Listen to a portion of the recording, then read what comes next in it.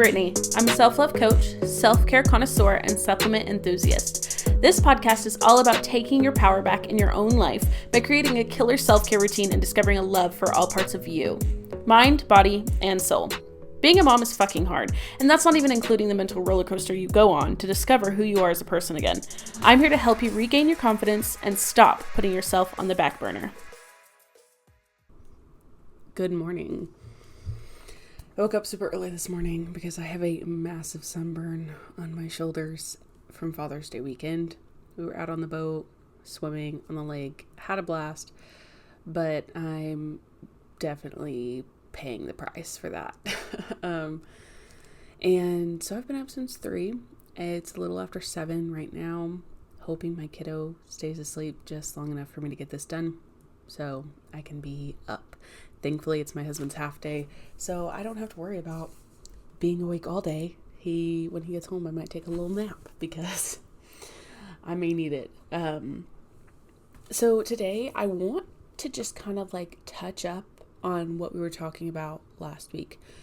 And we talked, I gave you a little life update. We talked about mom guilt. I didn't really tell you my story of mom guilt as I just scratched my sunburn. Ouch. What really helps me reflect on what mom guilt was and what it can look like in different phases of your life and for different people. And because I know my perspective on mom guilt may not be the same as other people's. So I try to have a really open mind when talking about certain subjects because I know that it can look differently. And my point of view on the world is one point of view. I try to keep a very open mind and keep it very gray and not just this is hard and this isn't hard. This phase is good. This isn't good. Because I know we have all different lived experiences. I'm going to speak from the heart and speak from whatever my mind and the universe and God and my heart and everything is telling me to say. And I'm just going to go with that because I think in the past I've tried to please everyone with certain episodes and how to talk about them. And that really held me back from my potential.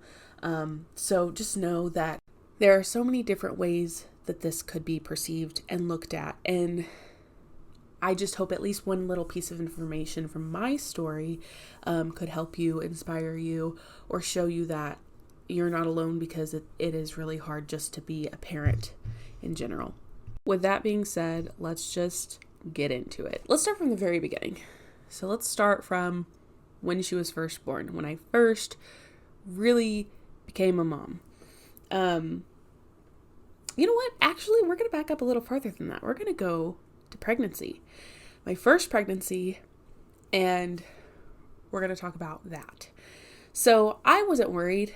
I know this is my lived experience. I was not worried. I've been ready to be a mom since, I was probably 5 years old. I knew I wanted to be a mom my whole life. And I know that's not everyone's perspective. Sometimes you get thrown into it or it was an oopsie or whatever. But ultimately, our circumstance, if we decide, hey, we're going to have this child, we are going to raise it, and we take that responsibility, then that is our job, right? We got to put certain things to the side at certain points and focus on them and what their needs are and their wants and desires and things like that, because our childhood is in their hands, and that can be a lot. It can be very, very hard and heavy to feel that. It sucks. It doesn't suck. It's a weird thing of emotions. There's no words you could really put into it. But it's a lot. It can feel heavy at times. And depending on who you are, what kind of parent you are, it can feel heavy a lot of the time. So for me, I'm a very anxious person. I have been most of my life. I've suffered from anxiety and depression and all that, right? A lot of us have or do currently. And so I didn't know how that was going to go into parenting. I didn't think it was going to affect me. Oh boy, did it. It still does to this day, but I'll share how I kind of conquered through that, and I'm working on it every day. So in pregnancy, I had support with my first one at times, and then at other times I felt completely alone. There was a lot going on. It was a lot of stress. I was moving. We had been trying to get pregnant for a couple of years and well, about 2 years, almost 2 years. And I just wasn't happening. I was young. I had a very naive look on pregnancy and parenthood at the time. I've obviously grown from that. I would not change anything, but my perspective on it then was, I'm just going to use the word naive again. It just was. We stopped trying, right? And then all of a sudden we were like, okay, you know what? We're going to move out of this house. We're going to buy this other house and we're going to renovate it. And we were renting it from my parents. We started renovating it. That was a whole mess. I'm not going to get into that. But, and I ended up moving in with my parents to save money to renovate this house. And I was 12 weeks pregnant. And so anyways, we were moving, all this. Obviously moving is stressful in and of itself. And me and my husband are both working. We weren't even married at the time. But we'd been living together for a while. I think we were together like 4 years, 3 or 4 years when she was born. And we got married shortly after, but we just knew we wanted a baby. I'd had a chemical pregnancy. So we just the thought was already there. The feelings were already there. We were just ready. The whole pregnancy, I just felt like there was a lot of tension, a lot of clashing, a lot of stress, a lot of mistakes that were made from all parties involved. My husband's grandmother had passed away. My grandmother had passed away the year I had gotten pregnant. And so it was crazy. It was just a lot at one time. So, but thankfully I have a really, really supportive partner. I know not everyone has that, but I do have a really supportive partner. And he is just, oh my gosh, amazing. And so we got through it together. He was like my saving grace in that situation. Worked his ass off like he's doing now with this pregnancy and just taking care of us. I don't want to say it's a luxury because it's my standard. It's it's where I've set my bar. So for me, that is what I expect out of a relationship. And in the beginning, I felt a really strong connection with her. And I know some moms don't feel that, but I felt a really strong connection. I had been wanting this baby, praying for this baby. Like I wanted this life for so long, it felt like. And for it to finally be here, it was a little harder than I thought. And I feel like we all kind of have those feelings, we expect it to be so easy breezy, or we expect it to be super hard and we get the opposite, or you just never know, it just life and motherhood just throws whatever it wants, whenever it wants. So she had colic and that was really stressful. I think I did have a touch of postpartum depression, maybe a little more than a touch. I was literally on autopilot. It was feed baby, change baby, love baby, maybe shower, change clothes, feed baby, change baby, literally just a cycle. I felt like I was in this loop and I was just like, I had checked out. I don't like feeling that way. I don't like not having control. And some people say that's like, you're a control freak or whatever. And at times it can feel like that. Sometimes you just have to let it go. And I've learned that along the way. At the same time, it's also, I want certain things in my life. And if I just let everything go, nothing will get accomplished. Nothing will happen. So that's how I've been able to find this balance in my life and have learned to try to help other women find their balance in their life. So they don't feel like they're in autopilot and don't feel like they're drowning and things like that. It can be easy to be swept up under the waves. And it happens. And then you look back and you realize that's what happened. But in the moment, sometimes you don't feel that way. That was like the first time I really was so angry with him. I had a lot of emotions. He was very patient with me, thankfully. And I just felt like I was alone, even though he was literally up 48, 72 hours at a time for us, working and being up with me and her in the middle of the night. Because like I said, she had colic, so she was up. Literally, my head would hit the pillow at 8 p.m. She'd fall asleep for like an hour or two, hit the pillow at 8 p.m. and she would be up until 4 a.m. And he left for work at 4 a.m. or 4:30 or whatever. Sometimes he'd get 30 minutes of sleep and he was out the door. And then we'd sleep shortly, like after he'd left. And then it was like we'd wake up at noon. He'd be home shortly after, or a couple hours after. And it was just rough for a little while. And, new mom life, if you are in that stage or you're about to be in that stage, like, I don't say any of this to scare you. It is, oh my gosh, it's so sweet. And some people have the most amazing newborn experiences. The reward of it is astronomical. If you are a newer parent, like, I don't want this to scare you. I don't want anyone to instill fear into you, because you shouldn't have that. You should just be enjoying your experience as a parent, because we all go through different things. So kind of after I stopped breastfeeding, actually, that's when I realized her colic had gone away, and I went back to work full time. And so being back at work full time, I felt like I was missing out on a lot. I'd drop her off at my parents' house, because for us, we don't want our kids in daycare. That's just a boundary we set before we even had children. We do not want daycare as a childcare choice. We're even homeschooling. We're not even doing public school. So that's just something that me and my husband have talked about. We've decided something that we have decided for our children and for our family. Going into back to work, I was trying to breastfeed and do all the things, and I had so much guilt when I stopped breastfeeding, because I wanted to breastfeed for a long term. I enjoyed the bond that I had with her, but damn, it was a struggle because I didn't know what I was doing, and I didn't have a system or a schedule. I didn't have discipline at the time. I didn't know really anything, and I was just kind of learning as I went, like most of us do, which is totally fine. But I just felt like it was a lot of pressure.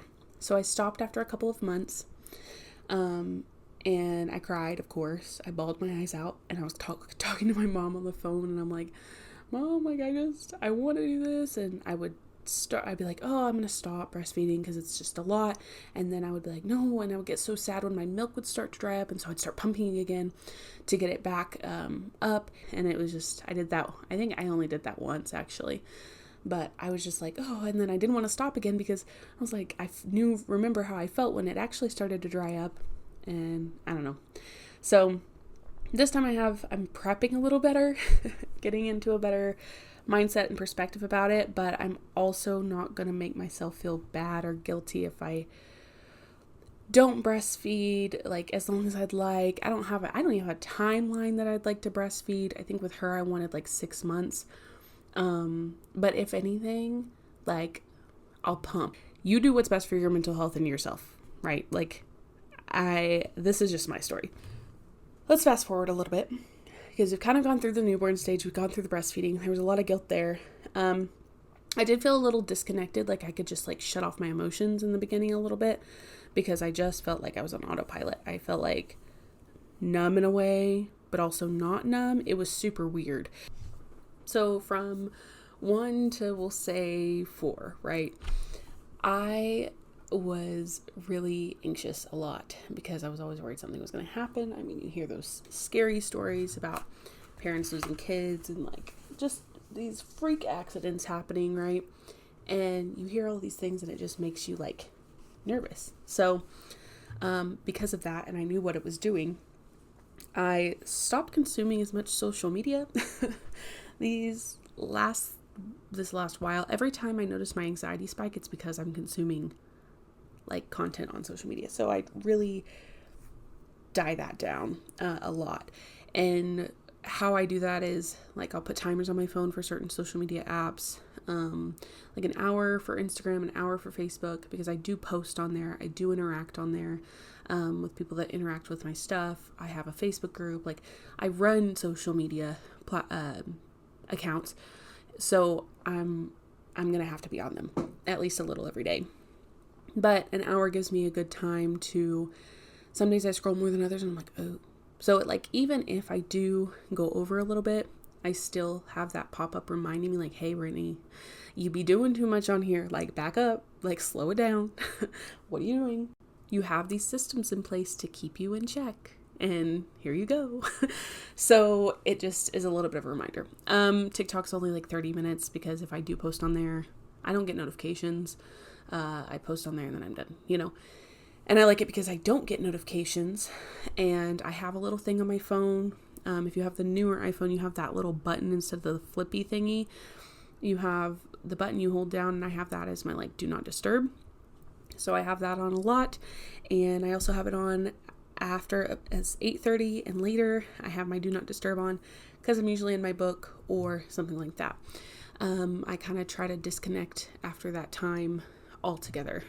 I do my best. Sometimes I'm not perfect, or I'll watch Netflix or something on my phone that night, or on the TV or something. Normally on my phone because it's just easier, but I also have a timer for that, which I don't always follow because but I don't have notifications popping down when I'm chilling watching a TV show for a little while. And with that one, it just helps me kind of stay focused in a way. Or if I'm reading on my phone, I don't have a Facebook or Instagram notification popping down and distracting me from what I really want to be doing.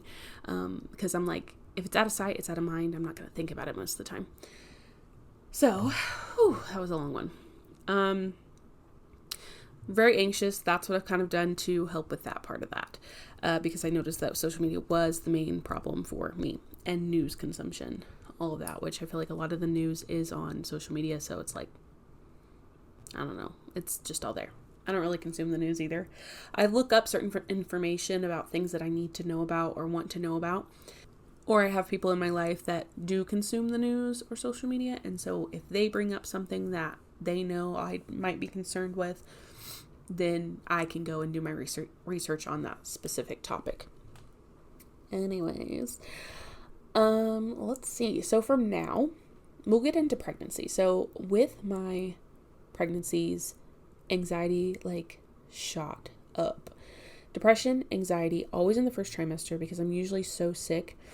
This time I was insanely sick, bedridden sick is what I say, because it really was that bad. If I wasn't throwing up, I felt like I was going to throw up constantly, 24 hours a day. It was insane. Any little smell, certain foods, I didn't want to eat because everything made me sick. It was horrendous. There was a point where I almost had to go to the ER because I was so dehydrated and so sick. I tried to keep fluids down, but it was having the stomach flu for 12 weeks straight and having a little bit of a break sometimes. But it was usually only for a little while, and I wouldn't get hungry. I would try to eat, but if I ate and then my stomach didn't need it, I would get sick. And if I didn't eat because I didn't feel hungry, then I would get sick. So it was a losing battle for me. But in a way, I think I kind of saw it as my body failing me. Obviously it's growing this life, it's growing this human, prioritizing the baby over whatever, but oh my gosh, it was horrendous. But it really made me open my eyes a lot. I talked about in the last episode. I opened my eyes a lot. I saw a lot that I didn't see before, in a lot of different things. So realizing how understanding others can be, and how I'm allowed to take time away. I am allowed to shut down and be away from people and work on myself and focus on my health, physical health at the time, and mental health. But especially my physical health at the time was it was not great. Although I seemed healthy on paper, my doctor was still pretty concerned. Thankfully I got through it. I still get sick, but it's not oh, I feel kind of sick in the morning and then I'm done. But just seeing the people and the things that were really supporting me in that time when I really needed it, it was nice to really have that reflection time for myself, and take care of myself. So I needed that. I think I was getting burnt out on a lot of things, and going down the wrong paths, and kind of not becoming a follower. I wouldn't say I've always been a follower, but knowing that my actions were not right, but still looking for justification from outside sources. Again, I'll talk about a lot on here. I will open up about pretty much anything. But I've learned also to kind of just I don't need to say everything. I don't need to, there's some things that I have to keep because everyone has their own life and their own secrets and their own, like, we're all just here doing our best in our own bubble. I love being in a bubble to a point. But I also really love sharing and being authentic and being real and not just sharing these good highlights of my life. I try to share the daily, like, hard parts as well. In my stories, I feel like that's where you see it the most, but it's still there. I still try to share that. And even on here, I feel like I share a lot of, in season 1, which haven't uploaded a lot of the other ones yet. I will. I know I'm getting off track. In the last year, I found my way back home. We'll just leave it at that. This pregnancy really gave me a new outlook onto mom guilt and how that can look because, you know, I've been doing it since she was little. So there's a parenting style that I like to use, and this is not for everyone, but it really, really does help us and our family and myself, our mental health for all of us, trying to help avoid trauma dumping. It also tries to help, or I think it helps in avoiding putting my child through trauma, and all of that. I feel like it really does, and it helps with relationships. I've always been a huge advocate for communication. Now I know the communication has to be a both-sided thing. It can't just be one-sided. It has to be a mutual agreement. With my daughter, that's something that we've been teaching her. Me and my husband have always had really good communication, I'd say. Sometimes better than others. We still struggle with it here and there, especially when we're tired and irritable and things like that. Life just gets in the way. And it is kind of hard to just stop what you're doing and communicate and express your feelings, express what you need, talk it through. But we make it a priority, but we're human, you know. I like to call it communication-based parenting. I just kind of recently gave it a name because I don't know. I haven't looked it up. I'm sure this is probably a thing because everything's a thing now, but I haven't looked it up. But this is what I call it, and this is what we do. Not super hard. I wouldn't even say it's like gentle parenting. It technically kind of is. It probably falls within that. But I realize instead of gentle parenting, I'm more of a communication based. So we communicate our feelings, we communicate our thoughts if we need to. Obviously, we can keep thoughts and things to ourselves. We don't have to share everything with everyone. In a relationship, that's important. Having that communication is a make or break situation. If you don't talk about it, if you don't express your feelings and all of that, then the relationship's just not going to work.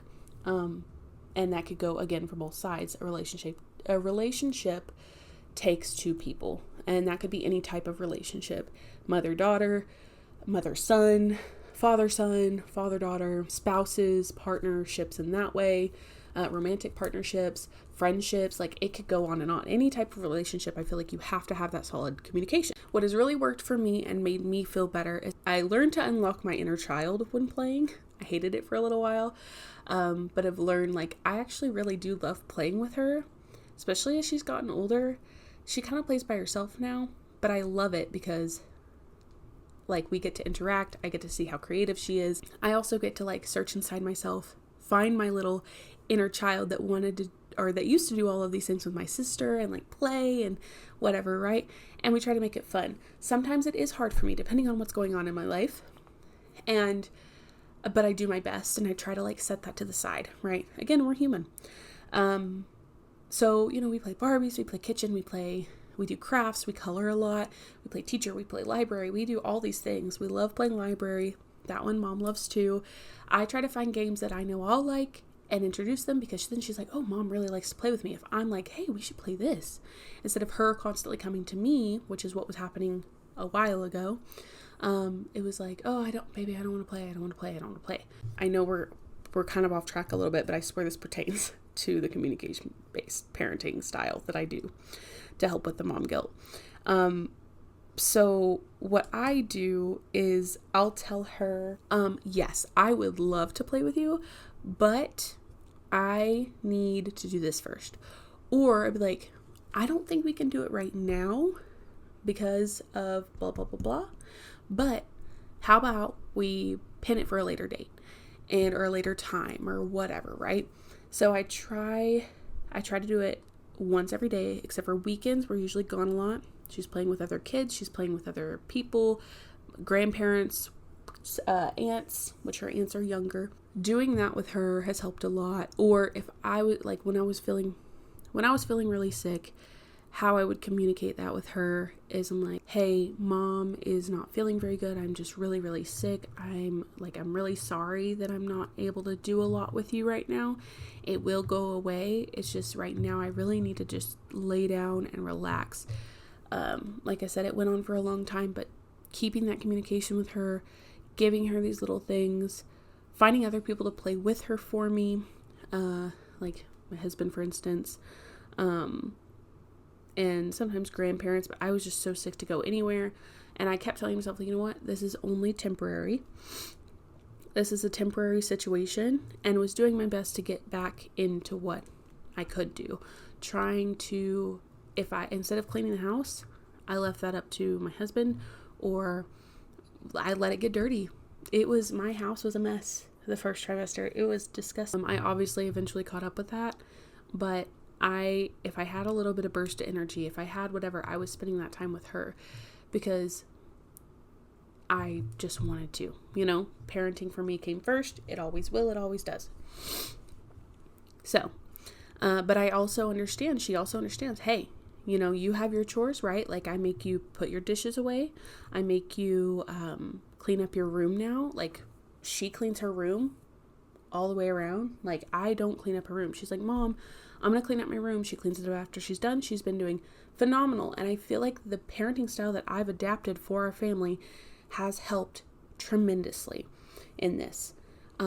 Explaining to her consequences, showing her what these consequences are if we don't, showing her how, yeah, we're going to start playing more in your room, but you have to keep it clean. You can't just destroy it because then it takes time away from us playing. You have to clean up your room so that way we can play in your room. Because if I can't see your floor, girl, then we're not going to be playing in your room. And, mama has chores just like you do. You clean your room, you do all the stuff that I mentioned. Okay, mama still has to do, I have to do dishes. I have to clean the toilets. I have to mop the floors, all this, right? Got to cook dinner. We got to make lunch, all of that. And so she understands, and mama likes to read. That's something I love to do. We've been playing all morning. We've been coloring, doing all this stuff. Okay, it's my turn to go ahead and read or da-da-da-da-da, right? Mom, will you play with me? Yes. I would love to play with you. Let me throw some laundry in and then we'll play for a little bit. Like that sort of thing. I try not to fret about screen time anymore. As long as we're playing a good solid amount, we usually hang out with friends once, sometimes twice a week, depending on the week. Right now, it's more like once a week because we are just so busy. So much going on, and this pregnancy is flying by. But I'm sure after he's born, after we've gotten out of the thick of like having him, adjusting, we'll be playing a lot more with other kids and even getting back into like gymnastics, things like that. Right now, we're just doing our best to get the shit done before he gets here. Now that I've talked about kind of what we've been doing as far as like communication, talking through it, that has helped with my mom guilt because I know she's understanding. Now I know, again, age is a huge thing on this, but we started pretty young with explaining, like in words she can understand, explaining things, not just be like, because I said so.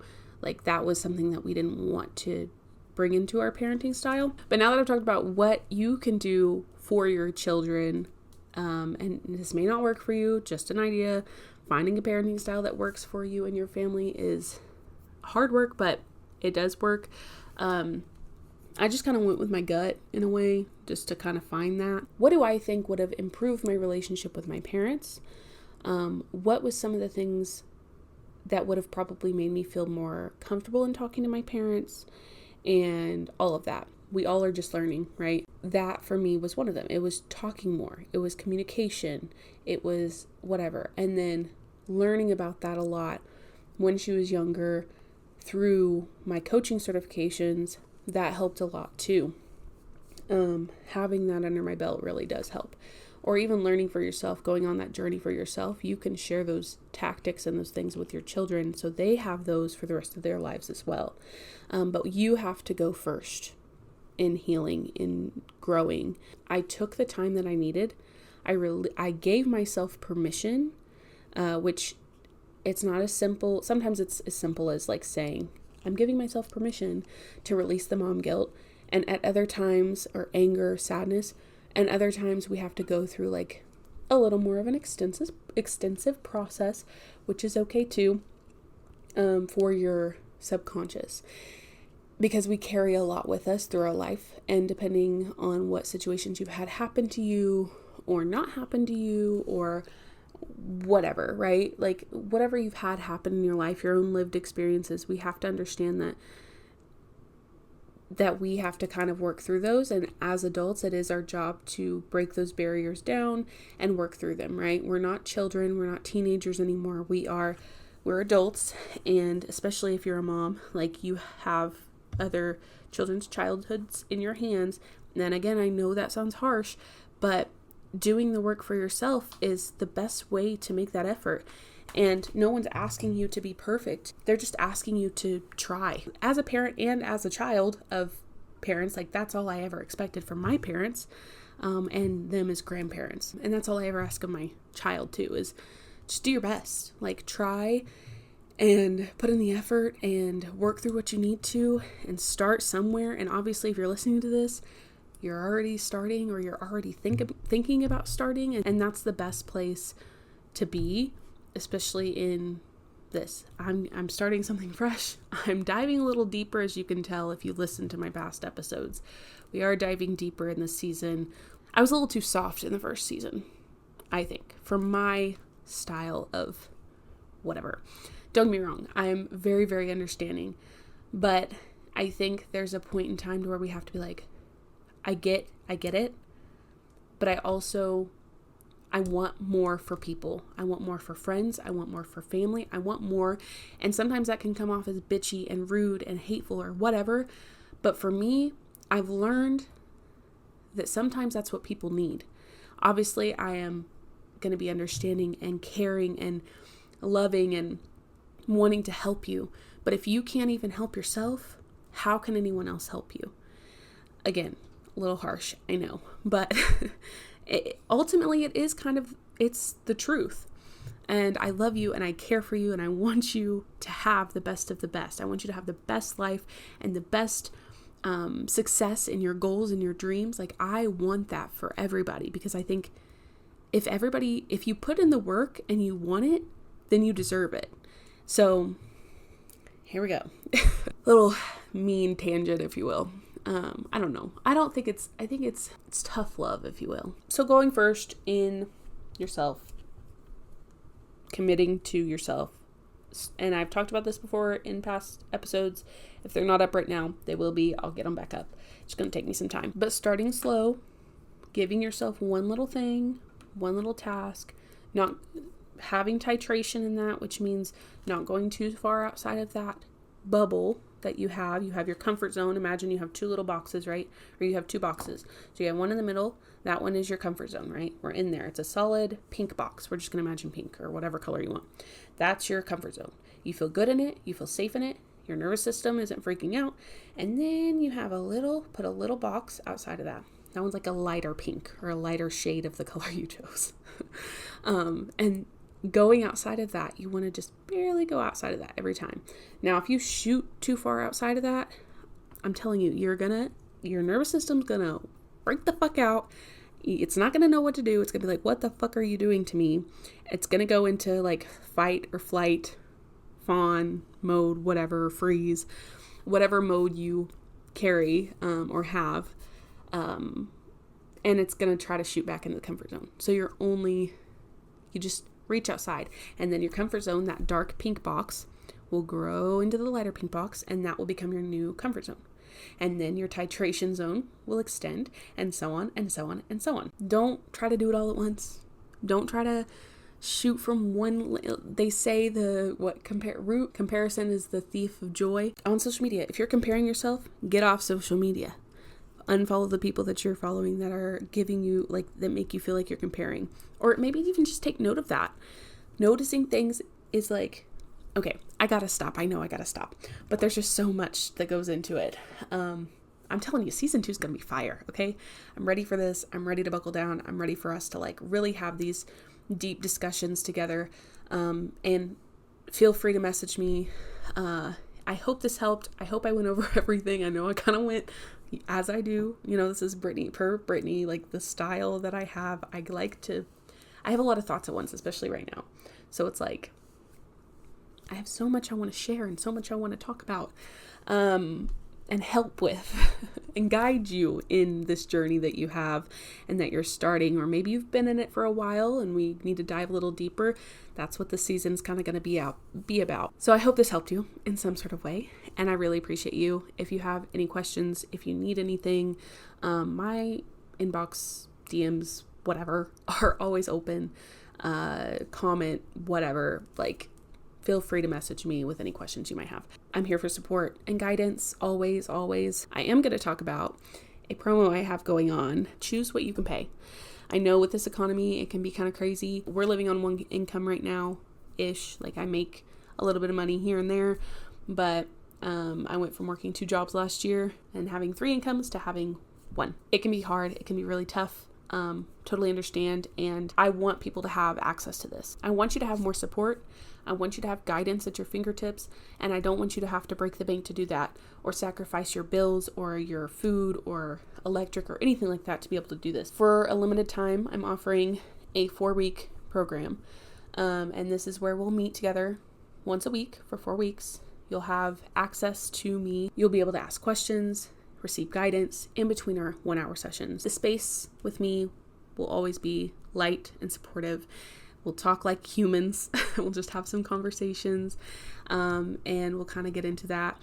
I will jump in really quick as to what makes me certified to help you, right? Because if you're not following me on other platforms, you probably don't know.